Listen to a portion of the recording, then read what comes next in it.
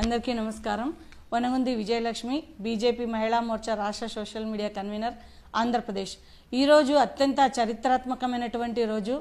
కొత్త పార్లమెంట్ భవన్లో పార్లమెంటు ఉభయ సభల్లో మన ప్రియతమ నాయకులు ప్రధానమంత్రి నరేంద్ర మోడీ గారు మహిళా సాధికారత కోసం నారీ శక్తి వందన్ పేరుతో మహిళా 33% రిజర్వేషన్ బిల్లు ప్రవేశపెట్టడం అత్యంత గర్వించదగ్గ విషయము. దీనికి ఆంధ్రప్రదేశ్ మహిళా మోర్చా మహిళలందరి తరపున వారికి ప్రత్యేకమైనటువంటి కృతజ్ఞతలు, ధన్యవాదాలు తెలియజేస్తున్నాము.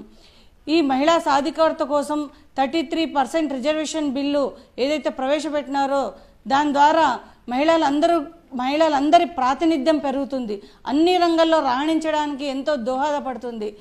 వారు రాజకీయ రంగంలో కానీ, సామాజిక రంగంలో కానీ, ఆర్థిక రంగంలో కానీ వారు మరింత ఉత్సాహంగా పనిచేయడానికి ఈ బిల్లు ఎంతో దోహదపడుతుందనేసి అందరూ కూడా ఈ బిల్లు ప్రవేశపెట్టడంపై హర్షాన్ని తెలియజేస్తున్నారు. మహిళలు పురుషుల ఆధిపత్యం ఎంతైతే ఉందో దానికి మహిళలు కూడా సమానత్వంగా ఉండాలి. మహిళలు కూడా అన్ని రంగాల్లో రాణించాలి. వారు అసెంబ్లీలోనూ శాసనసభల్లో కూడా వారి ప్రాతినిధ్యం పెరగాలి, మహిళల ప్రాతినిధ్యం పెరగాలి. ప్రతి 100 మంది పురుషుల్లో మహిళలు కూడా 33 మంది మహిళలు ఉండాలి అనే ఉద్దేశంతో ఈ బిల్లు ప్రవేశపెట్టడం జరిగింది. మహిళా సాధికారత కోసం ఆర్నిశలు పనిచేస్తున్నటువంటి పార్టీ భారతీయ జనతా పార్టీ. దానికి నరేంద్ర మోడీ గారు ప్రధానమంత్రిగా ఉండడం మన మహిళలందరూ కూడా గర్వించదాల్సిన విషయము. ఈ బిల్లు ప్రవేశపెట్టడమే కాదు, మహిళల కోసం అనేకమైనటువంటి సంక్షేమ పథకాలు భారతీయ జనతా పార్టీలో ప్రవేశపెట్టినారు.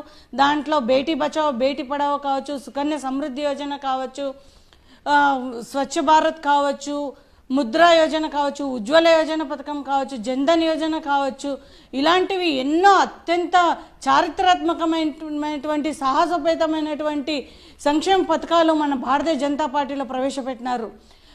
మహిళల కోసము ఆలోచించి మహిళలు అన్ని రంగాల్లో రాణించాలి, మహిళలకు కూడా సమానత్వం కల్పించాలి, మహిళల గురించి ఆలోచన చేస్తున్నటువంటి మన నరేంద్ర మోడీ గారు రాబోయే కాలంలో కూడా నరేంద్ర మోడీ గారే ప్రధానమంత్రి కావాలి, మరొక్కసారి మోడీ సర్కార్ రావాలి అని మహిళలందరూ కోరుకుంటున్నారు.